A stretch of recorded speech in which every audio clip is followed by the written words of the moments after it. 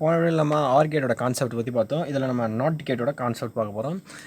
இதில் இந்த நாட் கேட்டும் ரொம்ப சிம்பிள், இதோட ஒர்க்கிங்கும் சிம்பிள், பட் நிறைய இடத்துல நமக்கு எஃபெக்டிவாக யூஸ் ஆகும். இதுக்கு முன்னாடி பார்த்த அந்த அண்ட் ஆர்லலாம் நமக்கு 2 இன்புட் வரும், இன்புட் 1 இன்புட் 2ன்ட்டு. நாட்டில் வெறும் ஒரே ஒரு இன்புட் தான். இது என்ன பண்ணுன்னா வர இன்புட்டை அப்படியே நம்ம ஆன் ஹை 5 வோல்ட்டுன்னு கொடுத்தா அங்கே 0 வோல்ட்டுன்னு வரும். 0 வோல்ட்டுன்னு கொடுத்தா அங்கே 1ன்னு வரும். இங்கே 0 வரும். 0ன்னு கொடுத்தா அங்கே 1ன்னு வரும். இதான் நாட்டோட வேலை. இதை வந்து ஃபார்முலா சொன்னாங்கன்னா ஏ இன்வர்ஸ்ன்னு சொல்லுவாங்க. அதாவது 1 வந்தால் 0ன்னு வரும், 0ன்னு வந்தால் 1 வரும். ஓகே, இது எப்படி இது கன்ஸ்ட்ரக்ட் பண்ணுறது, இதோட எலக்ட்ரிக்கல் சர்க்யூட் பார்த்தலாம் ஃபஸ்ட்டு. இப்போ என்ன பண்ண போகிறோம்னா, நம்ம ஃபஸ்ட்டு ஒரு ஸ்விட்சை பேட்டரியோட கனெக்ட் பண்ணிக்கலாம். பாசிட்டிவ், நெகட்டிவ், S1ன்ற ஒரு ஸ்விட்ச். ஓகே, இனிஷியலாக S1 வந்து 0ன்னு இருக்குது. இப்போ என்ன பண்ண போகிறோன்னா, இதுக்கு மேலே கனெக்ட் பண்ண போகிறோம். அதாவது இப்படி பேரலில் ஒரு ரெசிஸ்டன்ஸ், சுவிட்சுக்கிட்ட ரெசிஸ்டன்ஸ் இருக்கக்கூடாது, அதான் முக்கியமான விஷயம். அப்படியே இருந்தாலும் மேலே இருக்கிற ரெசிஸ்டன்ஸோடு அது கம்மியாக இருக்கணும். அது ஏன்னு பார்த்துடலாம். கூட ரெசிஸ்டன்ஸ்க்கு சீரியஸாக ஒரு எல்இடி,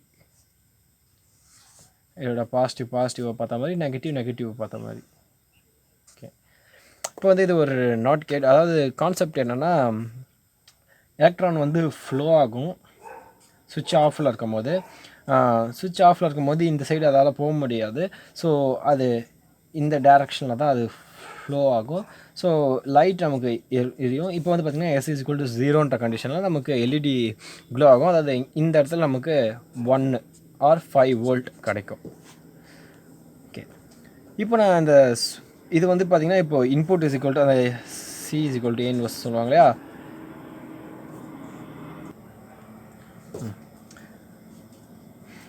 ஸோ ஃபஸ்ட்டு கண்டிஷன் நமக்கு, செகண்ட் கண்டிஷன் நமக்கு ட்ரூவாக இருக்குது. 0ன்னு இருக்கும்போது இங்கே 1ன்னு சொல்லிட்டு ஐ ஆகுது. இப்போ நான் அந்த ஸ்விட்சை நான் க்ளோஸ் பண்ணி இங்கே S=1ன்ற மாதிரி கொடுத்துட்றேன். S=1ன்னு கொடுக்கும்போது மேலே இந்த இடத்துல இந்த கண்டிஷன் ஃபால்ஸ் ஆகிடும். ஃபால்ஸ் ஆகிட்டு நமக்கு 0 வோல்ட் ஆர் 0ன்ற மாதிரி வரும். இதுதான் இந்த not கேட்டோட concept.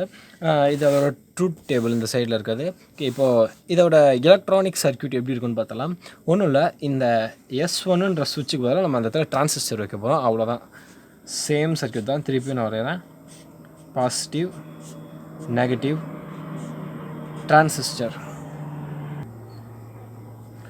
Collector, base, emitter.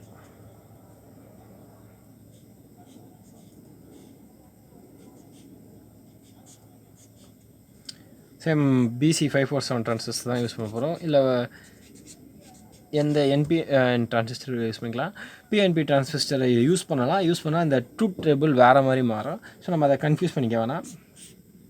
Okay, ஸ்விட்ச் அட்டாச் பண்ணியாச்சு. இப்போ நீங்கள் இந்த இடத்துல நீங்கள் ரெசிஸ்டர் கொடுத்துக்கலாம். பட் ஆனால் அங்கே நீங்கள் கொடுக்கணுன்னா இந்த இடத்துல ரெசிஸ்டன்ஸ் கம்மியாக, மேலே இருக்க ரெசிஸ்டன்ஸோட இங்கே கம்மியாக இருக்க மாதிரி நீங்கள் பார்த்துக்கணும். ஏன்னா எலக்ட்ரான் வந்து எப்போவுமே ஒரு ஈஸியான பாத் தான் தேடி போகும். ஸோ வந்து இங்கே ஃபஸ்ட்டு பிரேக் ஆகிடுச்சு. ஸோ அதனால் இது சுற்றிட்டு போச்சு. பட் இங்கே க்ளோஸாக இருக்கும்போது இங்கே தான் ரெசிஸ்டன்ஸ் கம்மியாக சொல்லிட்டு மேக்ஸிமம் நம்பர் ஆஃப் எலக்ட்ரான்ஸ் இங்கே போயிடும். ஸோ இந்த இடத்துல 0ன்ற மாதிரி டேர்ன் ஆகிட்டோம். இதுக்கு அர்த்தம் இங்கே கரண்ட் பாஸ் ஆகுதுன்னு இல்லை, அபோவ் 0ன்ற மாதிரி இருக்கும். பட் பிலோ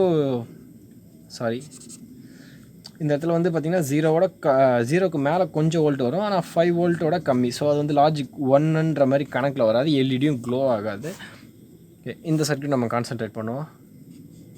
அதே 100 ohms ரெசிஸ்டன்ஸ், எல்இடி. இதுதான் ஒரு நாட் கேட்டுக்கான எலக்ட்ரானிக்ஸ் சர்க்யூட். ஓகே, இன்னும் 2 கேட்ஸ் இருக்குது, NAND அண்ட் NORன்றது.